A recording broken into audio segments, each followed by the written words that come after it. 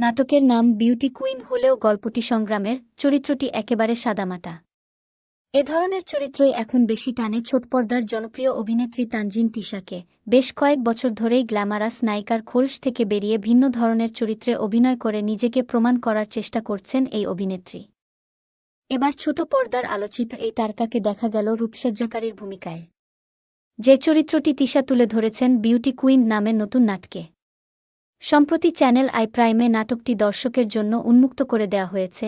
রূপসজ্জাকারীর ভূমিকায় অভিনয় নিয়ে তানজিন তিশা বলেন, অসংখ্য নাটকে গ্ল্যামারাস চরিত্রে অভিনয় করেছি। দর্শকের ভালোবাসা কুড়িয়েছি অনেক। তারপরও আত্মতৃপ্তির অভাব বোধ করেছি সব সময়।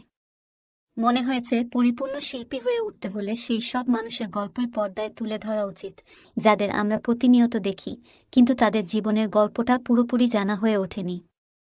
সে কারণেই গত কয়েক বছর ধরে অভিনয়ের মধ্য দিয়ে নতুন সব চরিত্র পর্দায় তুলে আনার চেষ্টা করছি।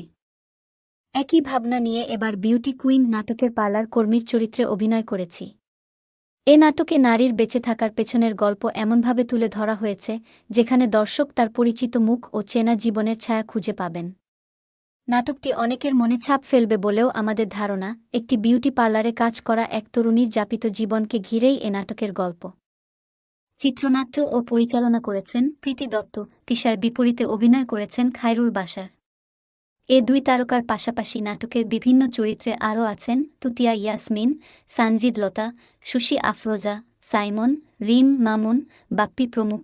এদিকে টিভি নাটক ছাড়াও ওটিটিতে ধারাবাহিকভাবে কাজ করে যাচ্ছেন তানজিন তিশা।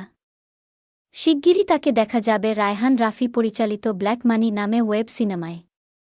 এই সিনেমায়ও দর্শক তিশাকে নতুনভাবে আবিষ্কার করবেন বলে আশা প্রকাশ করেছেন তিনি।